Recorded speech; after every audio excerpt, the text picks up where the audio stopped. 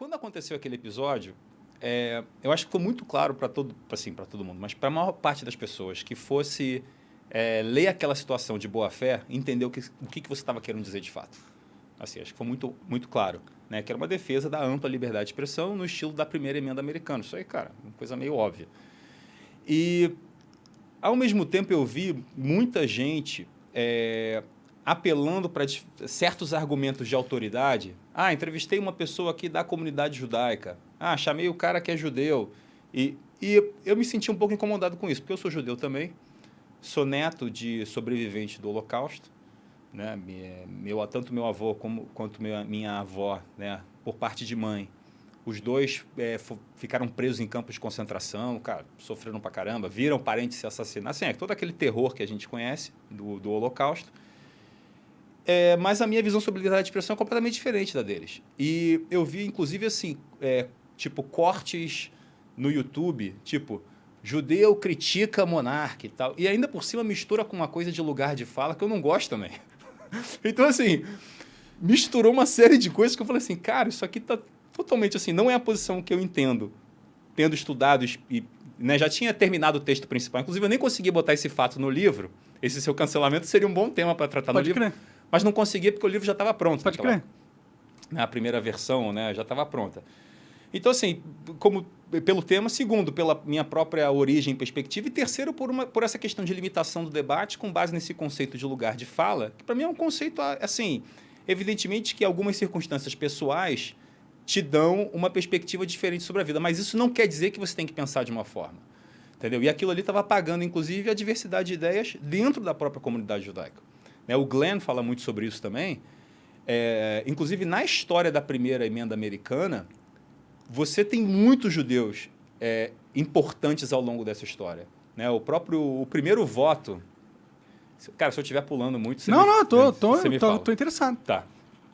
O primeiro voto, inclusive, né, que o pessoal sempre cita, do Oliver Wendell Holmes, que ele fala da questão do fogo e tal, né, que aí depois ele tem um famoso caso do Abrams, em que ele faz o voto dissidente da Suprema Corte americana. A questão do fogo é de gritar fogo no teatro ou no cinema. Isso. Porque são 3 casos que foram julgados mais ou menos no mesmo ano, em 1919. E 2, ele concorda com a Suprema Corte, mas no terceiro ele muda de opinião, o Holmes. E isso é considerado como um grande marco.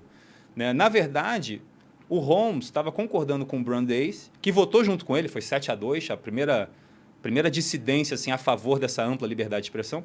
E o Brandeis foi o primeiro juiz da Suprema Corte americana judeu. Uhum. Então, você começa a olhar essa história, você tem vários judeus, parte dessa tradição de ampla liberdade de expressão, inclusive para o seu pior inimigo. Né? Não à toa, assim, o livro do Arian Nair, que também é um cara que fugiu da Alemanha na época do nazismo e tal, também é judeu, ele escreveu um livro chamado Defendendo o Meu Inimigo, que ele explica por que é importante você defender, inclusive, a liberdade de expressão dos seus piores inimigos. A gente pode falar sobre isso mais para frente. Então, por tudo isso, o cara falou assim, cara, eu me senti um pouco até em dívida com você, sem nem te conhecer. Assim, eu falei assim, cara, não, eu queria que você soubesse que existem outras posições. Pode crer. Entendeu? Dentro da comunidade pelo menos dentro, assim, que existem outras posições. Fora você já sabe. Sim. Você já conhece mais ou menos assim... Tem um país enorme chamado Estados Unidos. Exatamente. Então isso aí você não... Tô muito longe do microfone? Não, tá bom. Pode puxar um pouquinho, tá. Então, essa parte aí, acho que você já sabia. Assim, eu tinha... Claro, que foi publicado na Folha, o artigo, então mais gente teve acesso a essa visão, claro. Mas, ao mesmo tempo, eu achei importante que você tivesse... Então, eu pensei, cara, eu quero escrever esse artigo, quero mandar para o Monark. Aí foi aí que eu te mandei também, eu acho. Cacei seu contato, contato do contato do contato, e aí foi aí que começou, assim, então... Eu fiquei um pouco... cara, não sei, fiquei me sentindo um pouco em dívida. Assim, né, claro, metaforicamente, mas um pouco em dívida em fazer outras pessoas entenderem que, assim, o assunto é muito mais complexo. Entendeu? Sim, sim. Não era só um bêbado maluco, chapado, que tava falando merda porque não sabe o que fala. Eu tinha uma certa... Um certo ponto ali, talvez. Claro. Não, sim. E, assim, mesmo que, cara, assim... Eu já vi, assim, outras pessoas falando, tipo, mas há formas e formas de defender. Claro, sempre há formas e formas de defender, mas também, assim, há formas e formas de entender, né? Sim. Então, assim, se você está vendo que às vezes a pessoa poderia ter defendido melhor, você também tem a obrigação de entender de boa fé. Você também tem a obrigação de dar talvez você também poderia ter entendido melhor as coisas. Exato, pô, tudo bem, cara. Talvez haja outras formas de expressar a mesma ideia, mas também, cara, assim, todo mundo erra, entendeu? Todo mundo, às vezes... Não, Enfim. eu concordo pra caralho, que do jeito que eu expressei, foi o pior jeito se eu quisesse passar o que era a ideia de verdade, né?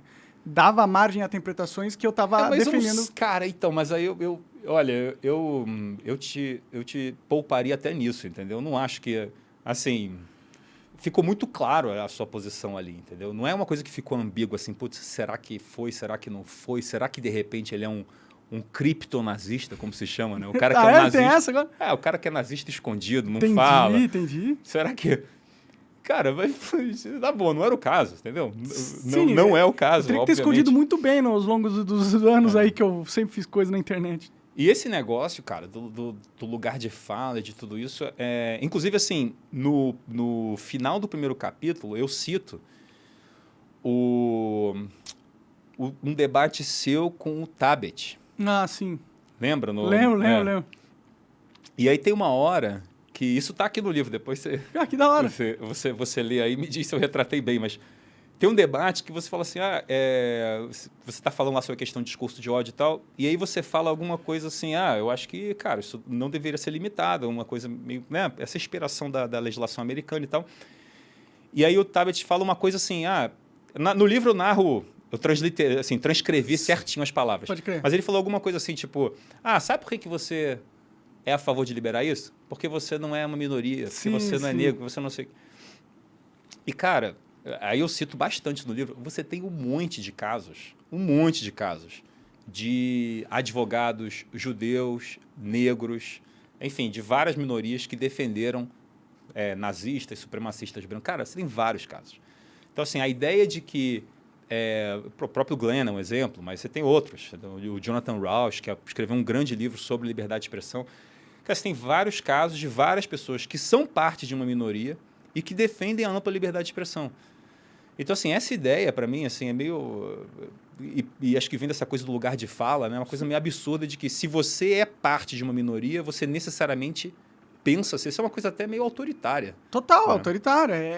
Eles criaram... Você acaba de assistir um corte do Monarch Talks. Agradeço demais, mas se você quiser ver o vídeo na íntegra e acompanhar ao vivo todas as transmissões, você tem que ir lá no rumble.com/monarch para não perder nada. Segue a gente lá.